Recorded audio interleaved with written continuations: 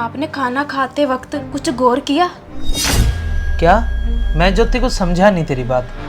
Mummy के हाथों से सोने की चूड़ियां गायब हैं। 2 दिन हो गए, मम्मी के हाथों में सोने की चूड़ियां है ही नहीं, जो मम्मी हमेशा पहनते हैं।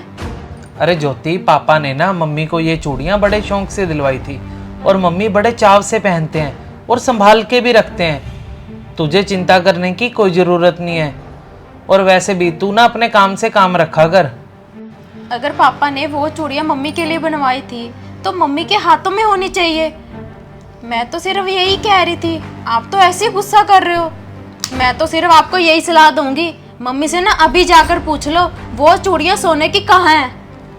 अरे ज्योति, ऐसे अच्छा थोड़ी ना लगता है।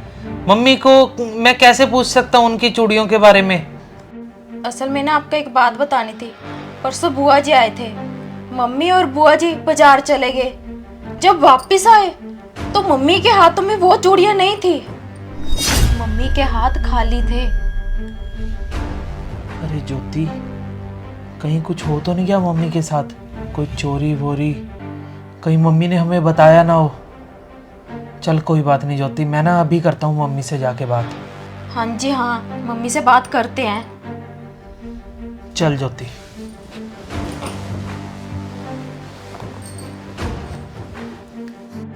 मम्मी, अरे मम्मी, आपकी सोने की चूड़ियां नहीं दिखाई दे रही परसों से। कहाँ पे है मम्मी? बेटा वो परसों तेरे बुआ जी आए थे। अरे छोटी, इतनी ज्यादा उदास क्यों है? बता मुझे।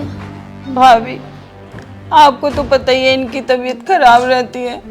अब डॉक्टर ने भी बोल दिया है कि इनका एक और ऑपरेट होगा। सारे पैसे थे, आपको पता है, लग गए। अब मेरे को 50,000 की जरूरत है। अब मेरी करो भाभी, किसी तरीके हेल्प, कुछ भी करो। मुझे 50,000 चाहिए, प्लीज भाभी। अरे ये क्या बात कर रहे हैं बुआ जी? 50,000 बच्चों से? नहीं छोटी, तू किसी तरह की चिंता मत कर। अरे तूने मेरे इतने बुरे वक्त में मेरा साथ दिया है, मैं तेरा साथ कैसे छोड़ सकती हूँ? तू चल मेरे साथ, अभी बाजार चल, मैं तुझे देती हूँ पैसे। चल। मम्मी, चाय बन गई?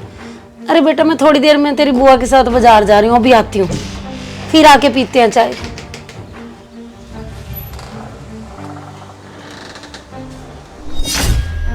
तुम्हारी बुआ ने ना हमारे बुरे वक्त में बहुत ज्यादा हमारा साथ दिया है, तो इसीलिए बेटा।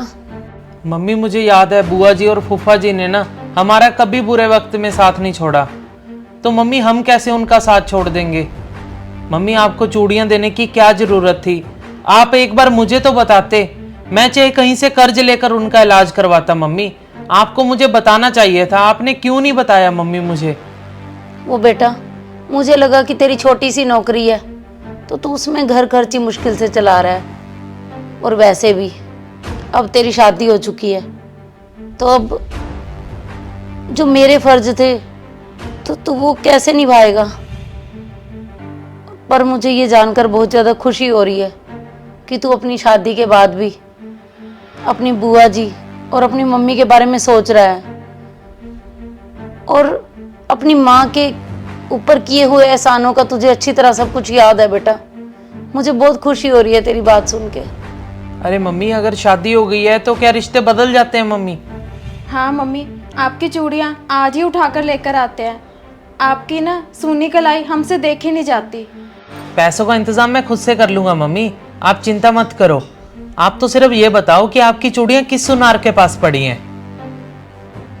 और मम्मी, मुझे तो आज पता चला है कि आपकी बहू कितनी ज्यादा समझदार है। अगर आप अपनी बहू को बेटी जैसा समझते हो ना, तो आपकी बहू भी आपको माँ जैसा ही समझती है। ये तो मुझे ज्योति के कहने पे पता चला कि आपके हाथ में चूड़ियां नहीं है मम्मी। मम्मी, शादी के बाद ना रिश्ते बिल्कुल भी नहीं बदलते हैं मम्मी। जो आपके फर्ज हैं वो हमारे फर्ज हैं। हाँ बेटा, जिस घर में तेरे जैसे बेटा और बहू हो ना, तो उस घर में शादी के बाद रिश्ते बदलते नहीं हैं। तो आप लोगों को हमारी ये छोटी सी स्टोरी कैसी लगी? अच्छी लगी तो इसे शेयर ज़रूर कर देना, और जो नए लोग हमारी स्टोरी देख रहे हैं वो मनचंदा फैमिली ब्लॉग और अंजलि मनचंदा को फॉलो कर लीजिए। बाय।